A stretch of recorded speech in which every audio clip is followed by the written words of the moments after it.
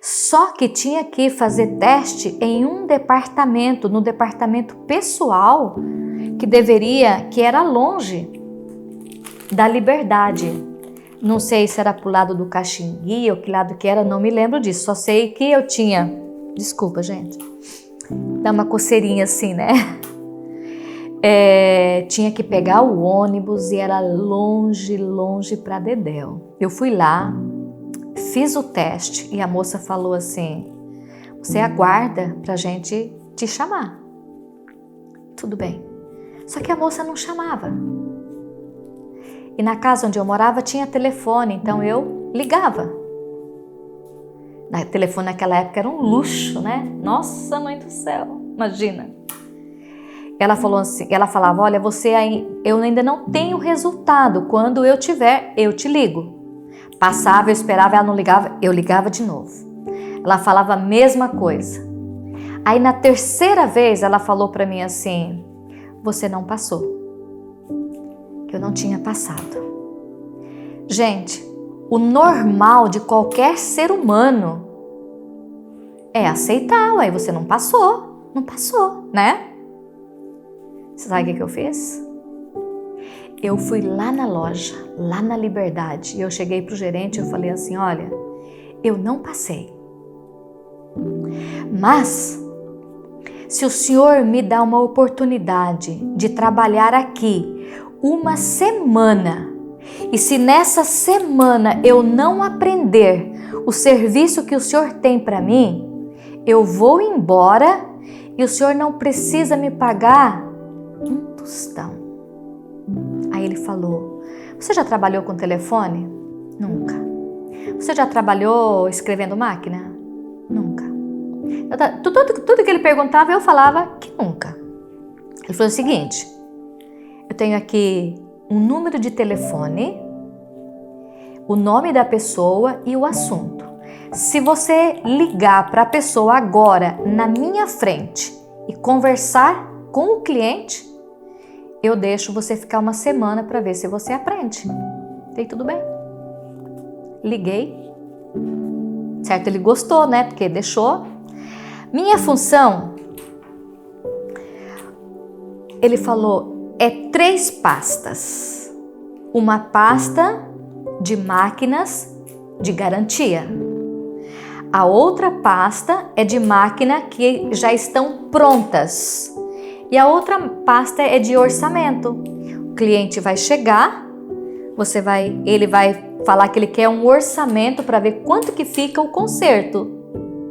Você vai preencher uma ficha, você vai mandar a máquina para a oficina e quando os técnicos te enviar para você o orçamento, você liga para o cliente e fala: olha, o serviço vai ficar tanto. Se ele autorizar, você coloca autorizado e manda fazer o serviço.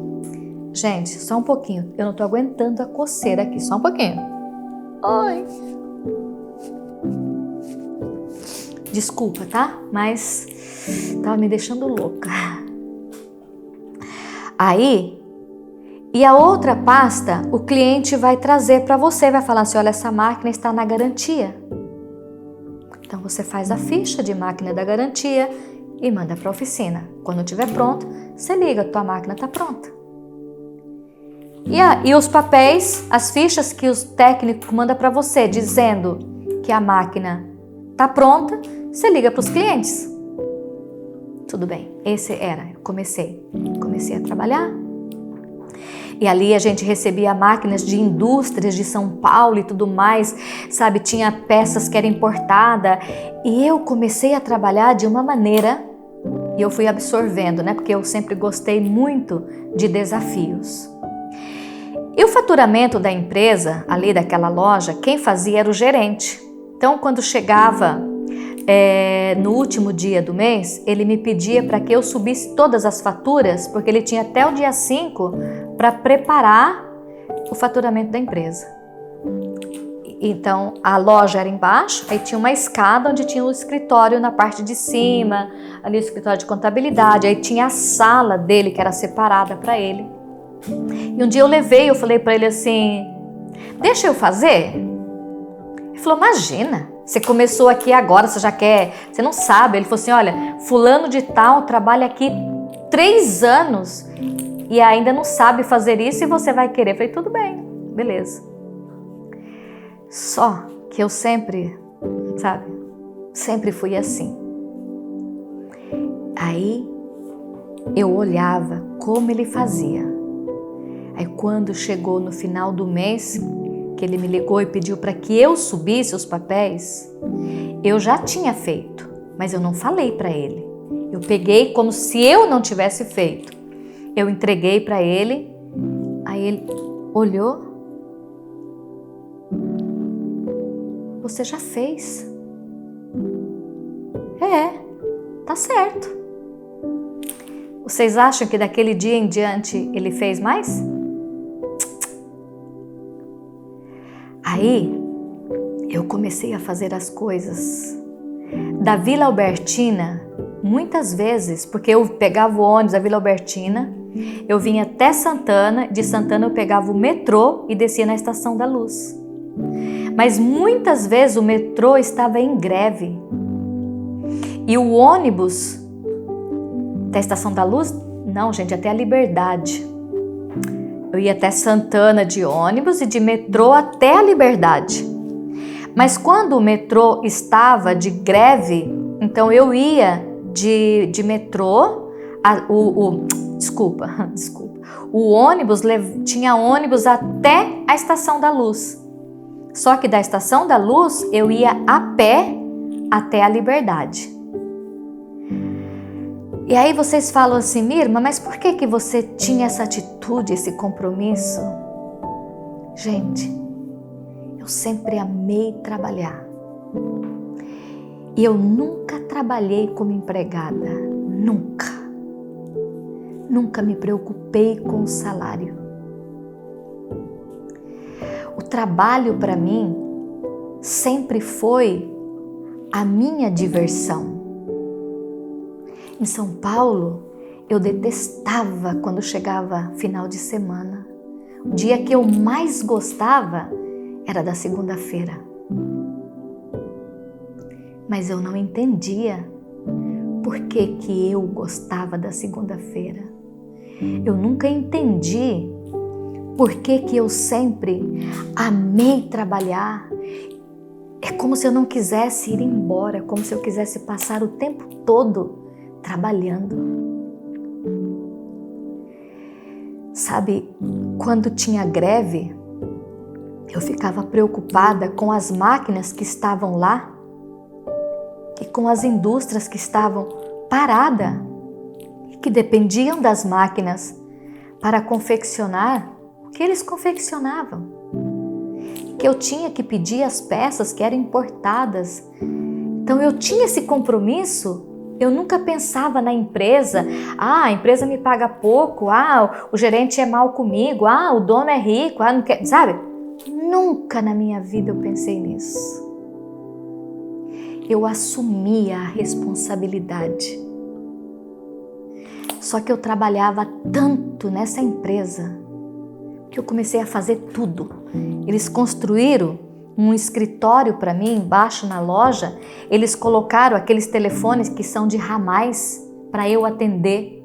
Aí eu tinha faturamento, eu tinha os clientes para atender, sabe? Eu ia até o elevador, eu não esperava ninguém trazer a máquina para mim, eu buscava as máquinas industriais pesadas, era para lá e era para cá, e eu ligava, eu despachava, eu comprava, eu fazia, pintava e bordava.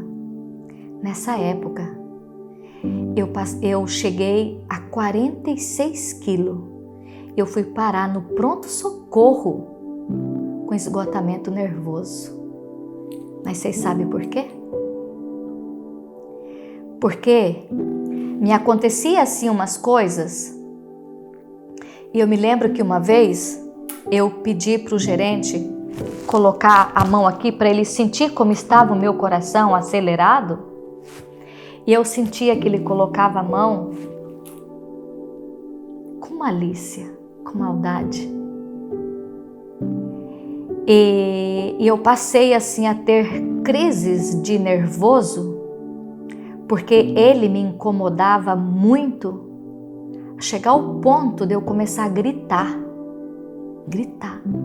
mandar calar a boca. Sabe, eu cheguei assim ao extremo. E um dia a minha colega de trabalho teve que chamar um táxi e me levou toda dura, meu corpo endureceu. Eu saí da sala do gerente, eu sentei assim, sabe, por aquela maneira dele falar comigo, maliciosa, e eu passei mal. Vocês lembram no começo da história, com a separação, quando aos 15 anos meu corpo também endureceu todo? Começou a formigar tudo a minha mão. Dessa vez que aconteceu em São Paulo, eu fui para o pronto-socorro e tudo mais, eu passei a ter formigamento nas minhas mãos. Eu estava no carro assim, normal, sem nenhum problema. E eu falava para minha amiga, olha para minha mão, olha para minha mão. E minha mão ia fechando. Fechava de um ponto, sabe, que um homem podia pegar assim, ó. Não abre. Aquilo embolava, sabe? E vinha primeiro o formigamento, tudinho. E ali em São Paulo, eu morei na casa de alguns parentes. E em uma casa, a família viajou e eu fiquei sozinha com um determinado parente dentro de casa. E um dia, lá no meu quarto, essa pessoa de noite veio lá, só colocou assim a mão na minha barriga e falou, deixa eu dormir com você. Eu levantei correndo, sabe assim, com um pavor tão grande. Eu abri a porta, saí correndo de noite e fui para a casa da vizinha. E naquela casa eu não voltei mais. Em outra época, morando em outra casa, o casal saiu e foi na casa do filho. Estando lá, o gás acabou. E o pai pediu para o filho, você tem um gás na tua casa que você pode me emprestar? Tenho, você pode ir lá, que a minha irmã está lá. Gente, um senhorzinho de idade, deveria ter uns 22 anos por aí, uns 22 anos. E eu lá, normal de tudo, coisando as coisas, e aquele senhor de pé, pequenininho, parou assim e olhou, que era um apartamento pequenininho, era uma cozinha, a sala e o quarto. Ele olhou para o quarto do filho e falou assim para mim com um sorriso assim, Nilma, nós podíamos ir lá na cama do meu filho brincar um pouquinho?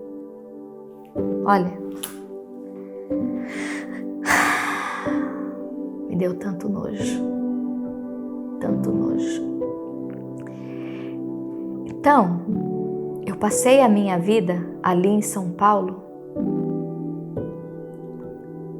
Rapazes sempre usaram da mesma tática. Eles me contavam história que com o homem é diferente. Resumindo, sempre me abusaram. Eu sempre deixei ser abusada. Isso é horrível.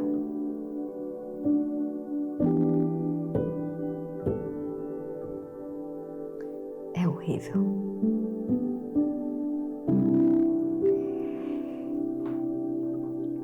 Muitas coisas aconteceram. Eu vou resumir porque a história é muito grande. Vou resumir para vocês de verdade. Porque tem muita coisa. Posso contar em outro momento, em outro vídeo, outras histórias que eu tenho da minha vida dolorida. Eu sei que chegou um período que eu estava morando em Santa Catarina com a minha mãe. Estava São Paulo, fui para Santa Catarina, né? E eu estava num momento tão ruim da minha vida, porque havia acabado de passar por uma desilusão tão grande.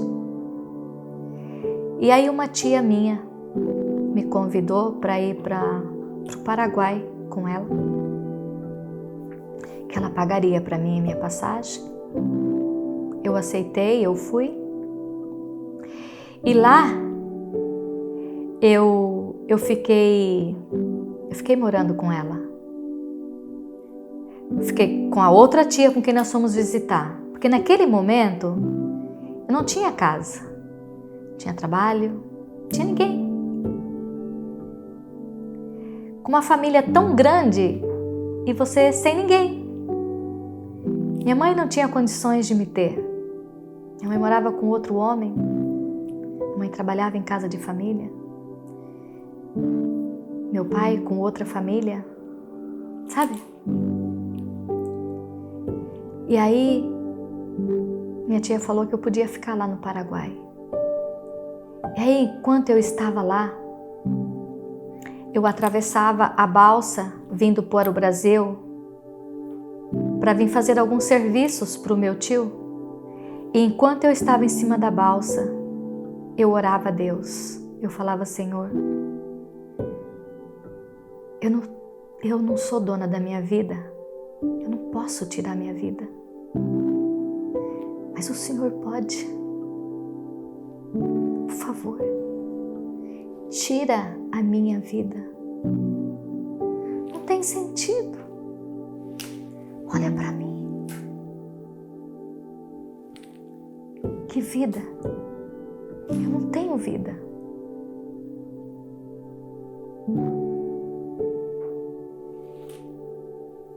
Eu não tinha vida. Vocês conseguem imaginar? Aquela criança que foi abusada, que era espancada pela mãe. Eu não tenho lembranças com a minha mãe, nenhuma. De pequena, de um carinho, de uma conversa, nenhuma. Mas você aí que está me ouvindo, não fique com raiva da minha mãe, porque depois eu conto a história. Tá tudo bem, já passou. Mas naquela época,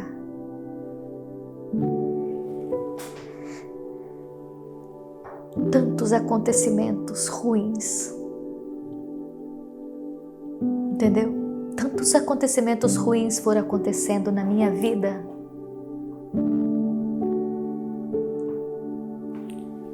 Parente, família, ninguém, nenhum para te estender a mão, mas para te criticar, para falar mal de você, aos montes. Mas uma coisa, Deus sempre me protegeu, sempre. Deus sempre esteve presente na minha vida, ainda que eu tenha andado longe dos caminhos do Senhor. Deus não julga, Deus compreende. Deus me compreendia, Deus me entendia. Sabe, tudo que eu vivia era consequências. Agora, o que você acha que uma pessoa dessa, ela se torna o quê? Sensível. Ela se sente inferior, se sente rejeitada. Na minha vida, eu passei 43 anos culpando os meus pais. Não estudei por culpa do meu pai. Se eu não casei, por culpa dos meus pais.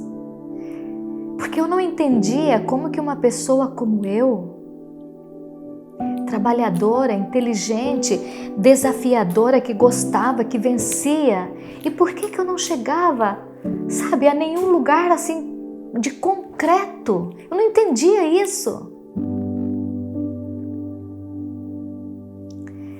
Mas lá no Paraguai, enquanto eu orava a Deus e pedia para ele tirar a minha vida. Conheci uma pessoa assim e eu só queria uma amizade com alguém que conversasse comigo. Eu queria ser amada. Mas essa pessoa ali fez uma coisa mais ou menos comigo. E eu falei, olha, eu não tomo anticoncepcional. Já foi. Foi o suficiente para eu ficar grávida. Agora no Paraguai, na casa da minha tia, e grávida. Minha tia falou, melhor é você ir para casa da tua mãe. E o pai da minha filha, o único dinheiro que me deu, e nele nem tinha, pediu para um amigo dele que era médico, R$300. Foi o dinheiro que eu levei até Joinville. Chegando em Joinville, na casa da minha mãe, era uma meia água de madeira, 2 pecinhas, um quarto, uma cozinha e um banheirinho, e eu com R$300. Minha mãe estava desempregada, devia 2 meses uma prestação da televisão que dava R$120. Eu paguei. E com o dinheirinho que tinha, eu comprei madeira para construir um quarto. Então, eu acredito que o banheiro ficava fora da casa. Era um quarto, a cozinha e o banheiro. Então, aonde estava o banheiro, nós construímos o outro quarto. Então, o banheiro ficou dentro de casa.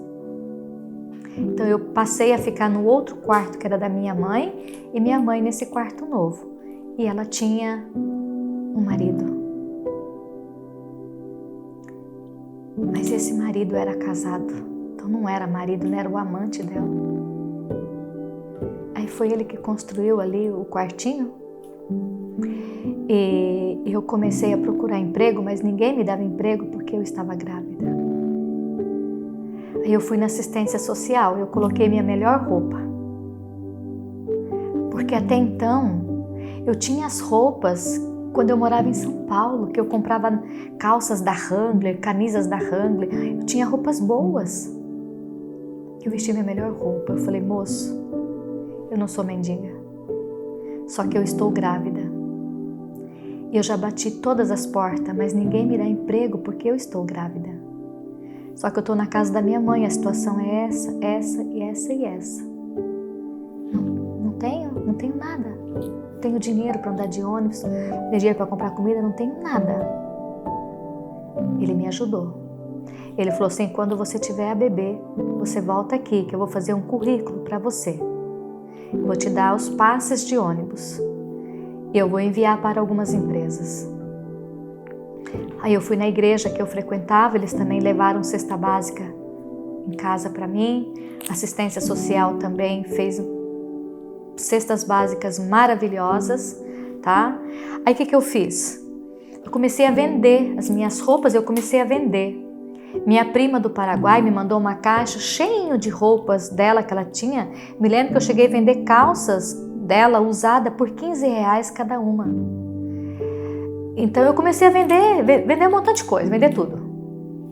Até que um dia eu conhecia uma fábrica de lingerie no shopping. Esse shopping que eu falei para vocês, que eu não me lembro o nome, ele é um shopping que fica ali pegado à ponte que está perto da estação rodoviária do Tietê.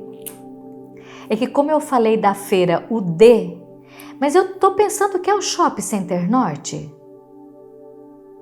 Não sei se ele mudou a cor, mas na época eu acho que ele era azul, alguma coisa assim. Gente, mas olha só, nós vamos parar por aqui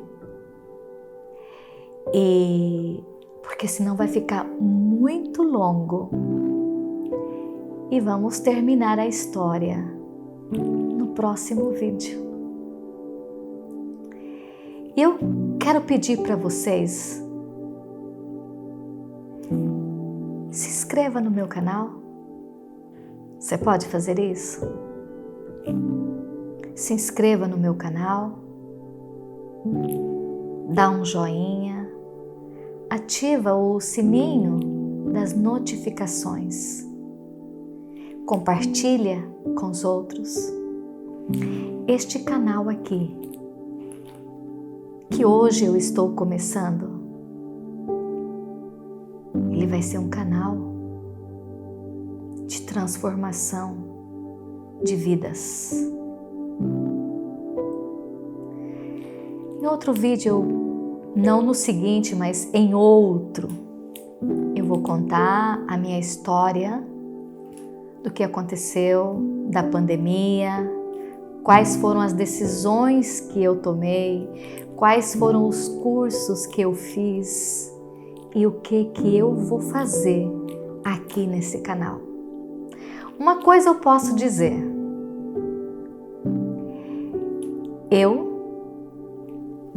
até então, vários anos da minha vida, eu não vivia o meu propósito, a minha missão de vida, pelo qual Deus me colocou neste mundo. Mas hoje, curada das minhas dores, eu tenho as ferramentas para ajudar você. Por isso esse canal, ele precisa crescer. Mas para ele crescer, eu dependo de você. Eu sei, eu não espero, eu não tenho assim a pretensão de agradar todo mundo. Eu sei disso. Mas você que está aí, se você teve alguma simpatia por mim, você pode se inscrever? Você pode dar o like, ativar o sininho? Isso não, sabe, se eu pudesse, eu não te pediria isso. Eu não gosto de pedir nada. Mas é uma exigência do canal do YouTube. É ele que exige para que ele possa crescer. Porque se você não fizer isso, o YouTube entende que esse conteúdo não é bom para ninguém. Mas talvez você que está aí do outro lado esteja se identificando com a minha história. Entendeu? Então, nós vemos no próximo vídeo. Um beijo. Que Deus abençoe cada um de vocês. Só Ele pode retribuir as suas ações. Seja generoso. Plante para colher. Ok? Até o próximo. Bye, bye. Um beijo no seu coração.